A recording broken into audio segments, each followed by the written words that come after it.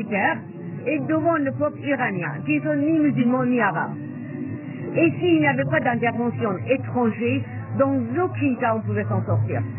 Et on est vraiment, mais vraiment, on dit merci à M. Netanyahou, qui était notre allié. Et là, je ne parle pas pour moi. Sincèrement, je suis en train de vous dire le voix du peuple iranien. Et voilà pour le témoignage de ces manifestants à Paris. La France qui va rehausser sa posture militaire dans le Golfe, annonce d'Emmanuel Macron juste avant un conseil de sécurité qui s'est tenu hier à l'Elysée et après une attaque de drones iraniens qui a touché une base française située à Abu Dhabi sans faire de victimes. La France, mais aussi l'Allemagne et le Royaume-Uni se disent prêts à mener des frappes défensives contre l'Iran. RFI passe en édition spéciale. Rendez-vous après le journal de 8h, heure de Paris, avec Andréane Mella et ses invités. RFI. Direction à présent l'Équateur, où de nouveaux droits de douane sont en vigueur depuis hier. Les produits ciblés, ceux en provenance de Colombie. Concrètement, les taxes passent de 30 à 50%. L'objectif du président équatorien Daniel Noboa, c'est sanctionner son voisin dont il juge la lutte contre le crime organisé insuffisante. Des organisations des deux pays impliquées dans le trafic de drogue, le trafic d'armes et l'exploitation minière illégale agissent le long des quelques 600 km de frontières communes. Agnieszka Kumor. C'est le résultat d'une guerre commerciale qui, depuis un peu plus d'un mois, fait rage entre deux voisins latino-américains. Le premier à dégainer était le président équatorien, allié de Trump, qui a imposé début février 30% de taxes sur les importations colombiennes sous prétexte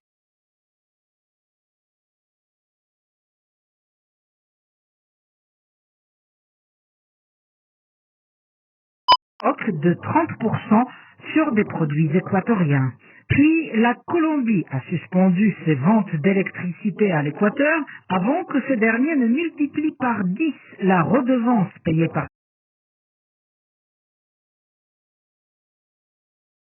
avait un peu plus les échanges commerciaux entre deux pays, 3 milliards de dollars, mais l'Équateur, plus petit, accuse un déficit d'1 milliard de dollars. Ce regain de tension n'est pas forcément favorable à Quito. Il pourrait coûter 40 000 emplois à l'économie équatorienne, selon le quotidien espagnol El País. Redessiner l'Argentine pour les 50 prochaines années. Devant le Parlement, le président Javier Milei a annoncé un train de réforme, 90 au total. Sans rentrer dans les détails, il a évoqué entre autres des réformes fiscales, du système judiciaire, du code pénal et du système électoral. L'Argentine vient déjà d'adopter il y a quelques jours une réforme du travail vivement critiquée par les syndicats qui voient une précarisation à venir pour les travailleurs argentins. Et puis en Ligue 1 de football, les Marseillais font preuve de caractère et renversent Lyon dans le traditionnel Olympico. Mené 2 fois au score, l'OM s'est finalement imposé 3-2 et se rapproche ainsi un peu plus du podium. Merci d'écouter RFI, il est 4h10 à Paris.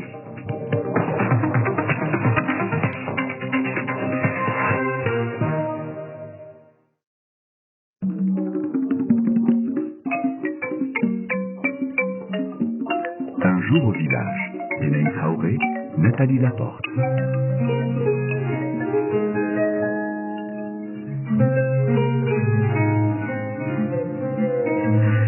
Bonjour à toutes et à tous.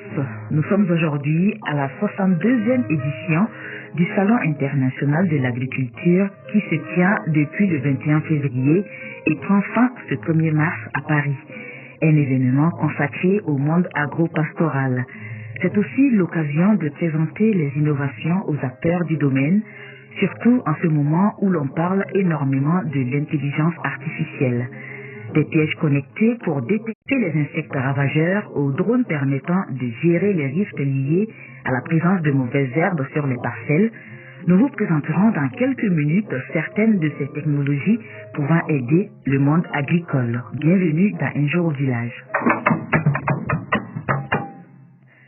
Avant le salon de l'agriculture, direction d'Aoundéré, chef-lieu de la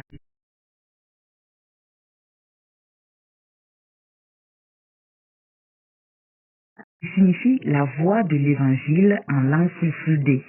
Même si c'est un média religieux, Saotou Lindila est aussi une radio de développement social. Nous sommes avec l'un de ses journalistes et animateurs. Bonjour Raoul Doba. Bonjour Madame Traoré. Vous souhaitez nous parler des enlèvements suivis de demandes de rançon à Gaoundéré et sa région, un phénomène qui inquiète réellement les populations. Effectivement, Madame Traoré, c'est un phénomène courant, récurrent au sein de la région Château d'eau du Cameroun. Au-delà de ces personnes ou encore personnalités qui vivent dans les banlieues, les villages reculés, il y a ce qu'on appelle les lettres. C'est-à-dire pour eux, lorsqu'ils retrouvent des lettres posées au niveau du balcon ou encore glissées sous la porte, c'est synonyme de demande de rançon. Là, c'est un avertissement. Ils vont dire, bon, on a besoin d'argent, sinon, on va prendre les gens dans vos familles et on va les tuer. Au cas contraire, on a déjà pris quelqu'un dans vos familles, il faille débourser une somme de 2 ou 4 millions de francs CFA pour libérer ces personnes. Généralement, les personnes sans la collaboration avec les forces de maintien de l'ordre, c'est-à-dire, les riverains vont négocier avec ces preneurs d'otages. Et qu'est-ce qui se passe, c'est que, parfois, la somme d'argent est versée, mais les otages ne sont pas qui sont exécutés. Ça ne peut qu'engendrer le phénomène d'exode rural. Est-ce que les familles ont toujours les moyens de payer ces rançons? Les familles peuvent ne pas avoir les moyens de payer ces rançons, mais ils ont des opportunités de payer ces rançons. C'est-à-dire, ils peuvent créer des plateformes où ils se retrouvent ensemble, c'est-à-dire toute une communauté d'un village. Dans un village, il y a plusieurs ethnies qui vivent. C'est-à-dire, pour une ethnie et qui est impactée par l'enlèvement, les membres de la communauté vont se réunir et ils vont débourser une somme d'argent collective pour pouvoir sortir ces derniers de la situation. Donc, voilà un peu comment ça se passe, Madame Traoré. Et parfois, même quand la rançon est payée, le membre de la famille enlevé n'est pas libéré. Il n'est pas libéré. Nous avons le cas, il date de 1 à 2 mois aujourd'hui. Un frère, quand je dis frère camerounais, qui a été enlevé, c'est un enseignant. Ils ont demandé la rançon. La communauté a collecté la somme d'argent. Ils ont reversé, on ne sait pas à quel moyen. C'est qu'il y a un numéro de téléphone par lequel on dépose l'argent ou encore un site approprié où il y a un rendez-vous pour déposer cet argent.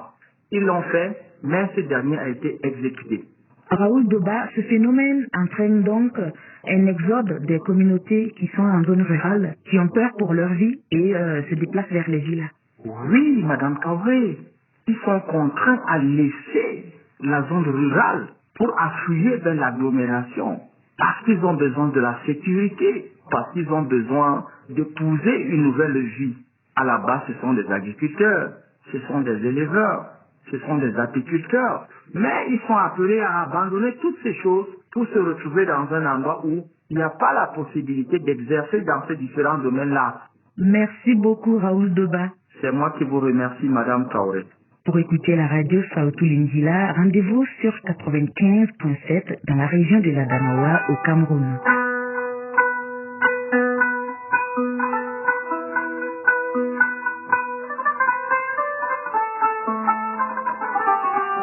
Un jour au village.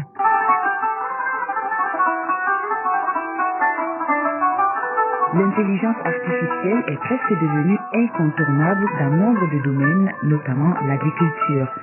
Dans plusieurs pays, les agriculteurs utilisent l'IA pour surveiller les récoltes, améliorer les prévisions de rendement des cultures ou encore pour une détection précoce de certaines maladies des plantes. Au Salon international de l'agriculture à Paris, plusieurs entreprises sont venues présenter leurs innovations en la matière.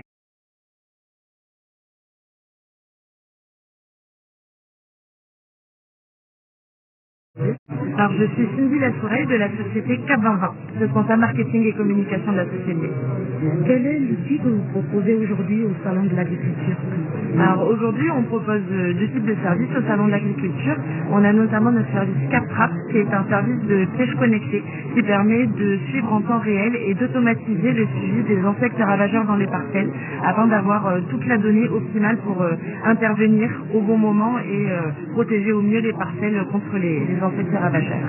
Concrètement, comment ça fonctionne?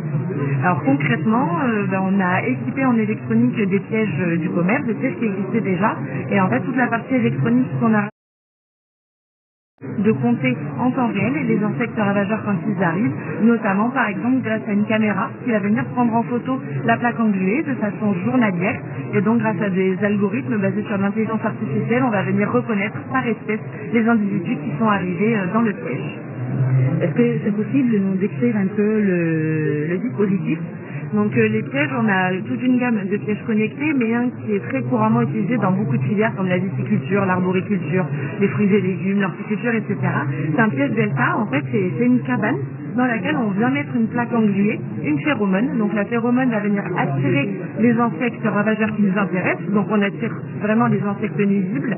Et nous on a rajouté une caméra dans cette cabane, et c'est cette caméra qui va venir prendre en photo la plaque engluée avec les insectes ravageurs qui se sont collés dessus, et ensuite analyser cette image pour reconnaître en temps réel leur arrivée.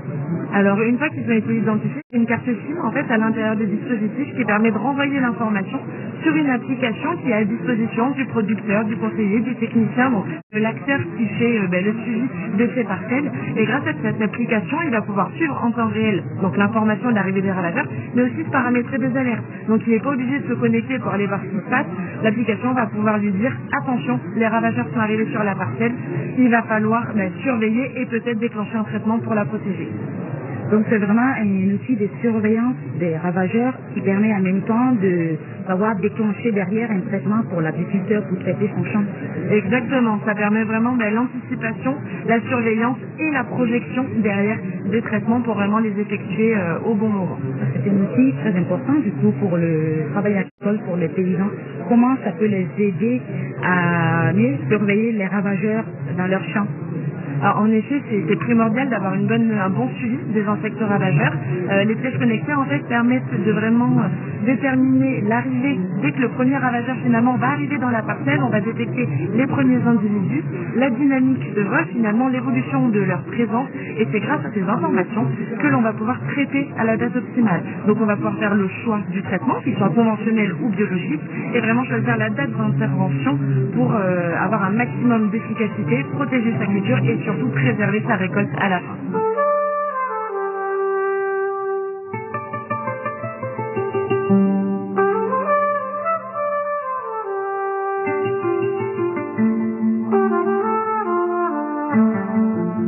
Un jour au village, Ténéi.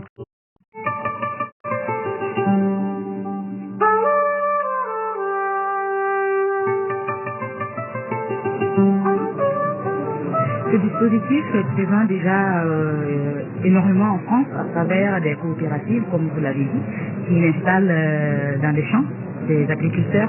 Est-ce que en dehors de la France, il y a d'autres pays, il y a d'autres continents qui ont montré de l'intérêt pour ce dispositif-là? Oui, tout à fait. Aujourd'hui, on a la majorité du coup de nos pièces connectées qui sont en France, mais on en a également en Espagne, en Allemagne, en Suisse, en Belgique, dans pas mal du coup de pays d'Europe. Mais on a également un partenaire au Maroc, donc là pour des cultures d'agrumes, des cultures qui sont un peu plus développées sur ces pays-là. Nous allons avoir un projet qui devrait se lancer en Afrique du Sud et nous avons également un client au Canada. Donc on est présent sur différents continents et les produits sont vraiment compatibles et communicants dans le monde entier. Votre dispositif, je pense qu'il existe depuis des années déjà, mais il y a l'IA qui a été intégrée, voilà, pour l'améliorer un peu plus. Est-ce que ça veut dire qu'aujourd'hui l'agriculture ne peut pas évoluer, ne peut pas en tout cas aller de l'avant sans les outils de l'innovation, sans l'IA? Aujourd'hui, les outils basés sur l'IA, les outils innovants, ce sont vraiment des aides. Nous, les outils, les services, ce sont vraiment des outils d'aide à la décision pour vraiment aider les agriculteurs, les exploitants dans la conduite de leur culture. Donc, ils sont vraiment conçus pour les aider dans leur quotidien, leur faciliter la prise de décision, leur permettre un gain de temps. Et donc, en fait, c'est des outils qui vont leur permettre un gain de productivité. En fait, in fine, c'est eux qui restent maîtres de leurs décisions, mais par contre, ils ont un maximum de données et d'informations pour avoir les décisions les plus éclairées possibles. Et il y a des grands pays agricoles, en tout cas sur le continent africain, qui sont connus, notamment la Côte d'Ivoire, qui a beaucoup de cultures vivrières et aussi des cultures d'exportation, café, cacao, EVA et bananes, d'autres cultures. Est-ce que la Côte d'Ivoire s'est montrée intéressée, surtout qu'elle est invitée d'honneur cette année au Salon de l'agriculture, est-ce que la Côte d'Ivoire s'est montrée intéressée par ce dispositif-là? Alors oui, nous avons déjà eu des échanges avec des sociétés de la Côte d'Ivoire savoir. Donc aujourd'hui, on est à l'étape de discussion, mais il y a des sociétés du coup de la Côte d'Ivoire qui ont pris contact avec nous, car ils ont un fort intérêt justement sur cette partie piège connecté pour aider au pilotage des cultures et optimiser les traitements tout en préservant les récoltes qui sont après beaucoup envoyées à l'exportation partout dans le monde. J'imagine que ça a un coût. Alors, quand on veut l'installer, est-ce que c'est à la portée de tout agriculteur de pouvoir s'équiper avec ce dispositif? Alors aujourd'hui, pour donner une idée, un ordre d'idée des coûts, il faut compter quelques centaines d'euros par an pour un piège connecté. Donc quand on est sur des économies de traitement, parce qu'effectivement on a pu éviter certains traitements ou optimiser, c'est à mettre ces chiffres-là sans mettre directement au regard de la récolte qu'on va sauver. Et donc, quelques centaines d'euros pour un piège connecté qui peut permettre de couvrir plusieurs hectares dans certaines situations, donc à ce que va rapporter chaque culture, puisqu'évidemment chaque production ne rapporte pas la même chose. D'où le fait de pouvoir passer par des coopératives qui peuvent peut-être aider déjà à l'avance, subventionner les paysans qui n'ont pas forcément les moyens tout de suite de s'équiper. Donc l'idée de coopérative qui se porte peut-être garante pour ça, ça peut être intéressant pour les agriculteurs qui souhaitent se mettre à l'utilisation de ces outils-là. Oui, tout à fait. Aujourd'hui, on travaille beaucoup avec les coopératives parce que donc elles vont permettre aussi d'apporter des fonds pour subventionner et tout ça. Mais quand on est aussi à l'échelle d'une coopérative, on va raisonner sur un réseau de pièges connectés. Donc on n'est pas obligé d'équiper chaque parcelle. On va vraiment mailler le territoire, l'équiper de façon intelligente pour pouvoir conseiller de multiples agriculteurs avec quelques pièges connectés mais installés de façon très précise au départ et donc vraiment suivre l'évolution et la présence du ravageur sur toute la zone de la coopérative. Et est-ce que la taille du piège varie en fonction de la superficie ou c'est la même taille partout? Non, le piège est le même quelle que soit la superficie, ce sera plus le nombre de pièges que l'on adaptera en fonction de la superficie. Et là, c'est quoi les dimensions? Est-ce que vous savez? Alors là, un piège, ça fait environ 20 cm de haut sur 40 cm de longueur. Donc c'est pas très encombrant dans une parcelle et ça ne gêne absolument pas les opérations culturelles. Merci beaucoup. Merci à vous.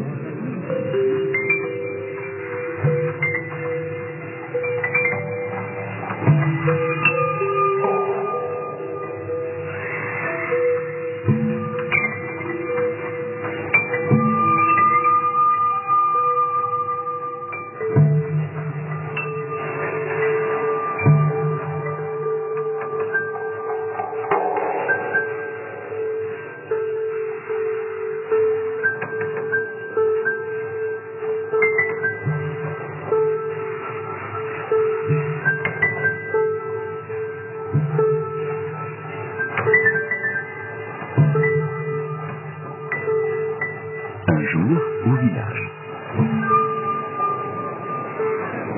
Bonjour. Bonjour. Présentez-vous s'il vous plaît.